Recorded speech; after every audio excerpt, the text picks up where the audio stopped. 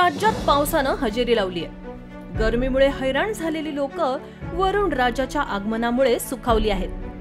पण पाऊस पडताच जमिनीखाली राहणारे प्राणी आता रस्त्यावर दिसू लागलेत। जसं बेडूक, साप, उंदीर, विविध प्रकारचे कीटक रस्त्यावर फिरताना दिसले तर आश्चर्य वाटायला नको।